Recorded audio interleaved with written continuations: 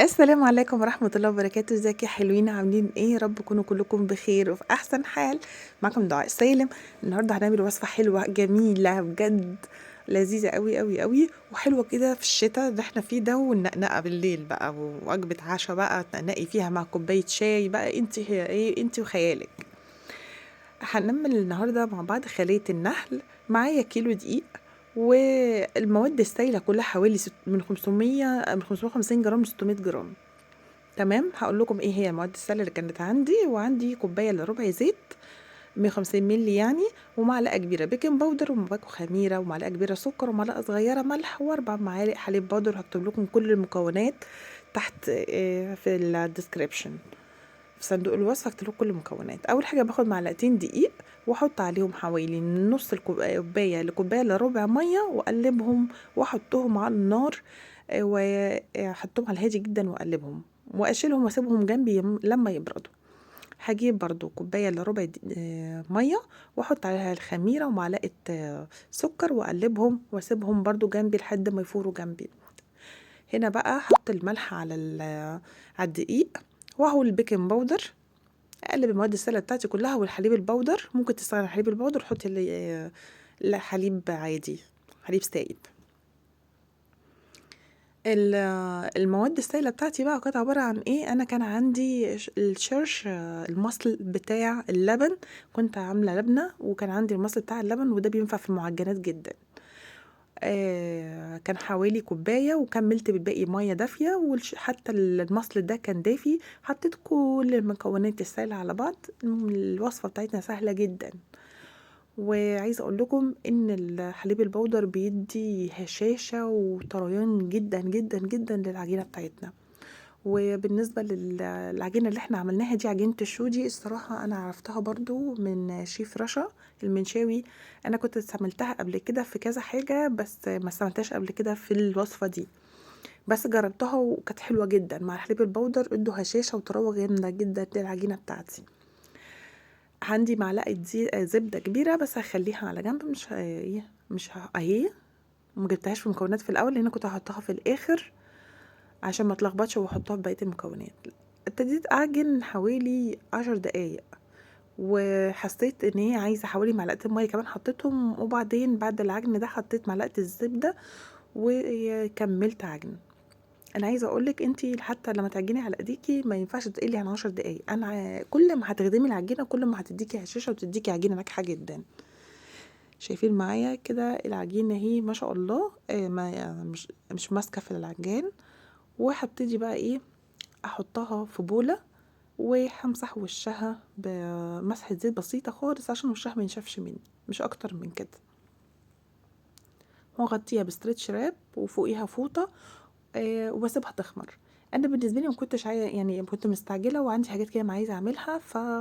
حطيت ميه، عملت لها حمام بخار، يعني حطيت في الفرن ميه، صينيه فيها ميه، وحطيتها هي على الشبكه فارتفعت معايا على طول، بالذات ان الدنيا ساقعه يعني. بالنسبة للحشو عندي نوتيلا. طبعا الدنيا ساقعة فبتمسكيها بايديكي عادي. قسمتها الكويرات كده، وعندي تشكيلة جبن. عندي جبنة شيدر، جبنة موتزاريلا، جبنة تركي. قلبتهم على بعض وجهزتهم برضو للحشوة. وبعد كده رحت جايبة بقى ايه الصينية اللي انا هعمل فيها. ممكن تعمليها في صينيتين تلاتة زي ما انت حابة، وعايزة تعملي الحجم اللي انت عايزاه زي ما انت حابة. برضو انا عملتها بالنسبة لي في الصينية الكبيرة دي عشان كنت مستعجلة. كده خمرت معايا بالشكل ده. وعايزه اقول لكم العجينه هشه وطريه جدا جدا جدا. جربوها، اعتمدوا العجينه دي يا جماعه. يعني انت ممكن تعتمديها كمان للحاجات المعجنات كلها. هبتدي بقى اقسم العجين بتاعي لكويرات كده، عشان خاطر احشي بيها. ادي الصينيه اهي. هو انا طبعا عارفه تقسيمه ايدي قد ايه، بس انا حبيت اوريكم ان انا جبت الميزان وعملتها الواحده حوالي 50 جرام، من 45 ل50 جرام. انا كنت عامله دي بالظبط 45 جرام. عملتهم كلهم مقاسهم 45 جرام، بحيث ان هم كلهم يطلعوا قد بعض. سهله وبسيطه، بتاخدش وقت وسريعه جدا. هو انا عملتها ونسيت اوريكم، اصلا الكاميرا غالبا كده ما جابتش الرقم بتاع الميزان. هنقسمها كده بالشكل ده، وابتدي احشي واعرف ايه بالظبط عندي ايه هو الناحيه الجبن. يا اما احط واحده واحده، يا اما احط الجبن في حته والنوتيلا في حته. بس انا عملت كده، حطيت النوتيلا كلها في النص وحطيت الجبن على الحرف. هبتدي بقى احشيهم كلهم واخلصهم، وبعد ما احشيهم كلهم واخلصهم هبتدي اغطيهم لمدة ربع ساعة، واكون محضرة معايا برضو ايه كل ده انا بحشي في النوتيلا، خلي بالكم. انتي بقى عايزه تحشيها شوكولاته، عايزه تحشيها جبن، عايزه تحشيها جبنه براميلي بالنعناع، بتبقى طعمها حلو قوي برضو. فانتي عايزه تسيبيها ساده، هي طعمها حلو بكل الاشكال، هي كعجينه كلقمه يعني تحفه بجد. تيجي احط الجبنه اهي، وابتدي اكورها كلها واحطها. لو تاخدوا بالكم من اللي في النص، مع انهم كلهم نفس الميزان، بس اللي في النص ايه عملت ازاي، فارت بسرعه. العجينه دي ما شاء الله عليها هي بتخمر بسرعه جدا، قبل ما تخلصي هتلاقي الاولانيين خمروا، بس لما يدخلوا الفرن بيجوا كلهم لبعض. بس انا عايزه اقول لكم على حاجه، انا بالنسبه لي اللي بالجبنه حطيت عليه حته جبنه صغيره من فوق عشان خاطر ايه، اعلمها ان دي جبنه. واللي عندي هنا الخليط ده عباره عن معلقتين حليب بودر ومعلقتين ميه او لبن، مش مهم، مش لازم حليب بودر، ميه مع نص معلقه نسكافيه مع صفار بيضه وشويه فانيليا، وضربتهم في بعض وابتدي ادهن الوش.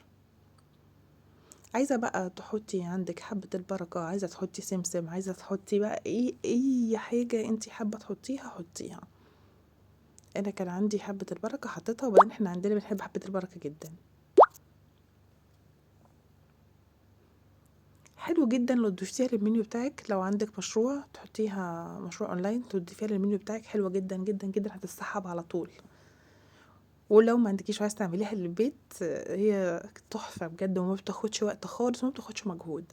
هدخلها الفرن على درجه حراره عاليه في الرف اللي في النص اهي، شايفين اهي طلعت اهي معانا اهي، وهنطلع منها واحده ونشوفها شكلها تحفه بجد. هرشها ببخة ميه كده، البخاخه دي مخصوصه عندي للمطبخ. هنطلع واحده، البخه دي بقى بتديها اللمعه اللي انتوا شايفينها دي، وبتديها طراوه، ما تطلعش تنشف. شايفين الجبنه هي طعمها وهم، ويعني يا سلام بقى لو كلتيها سخنه، مش قادره اقولك.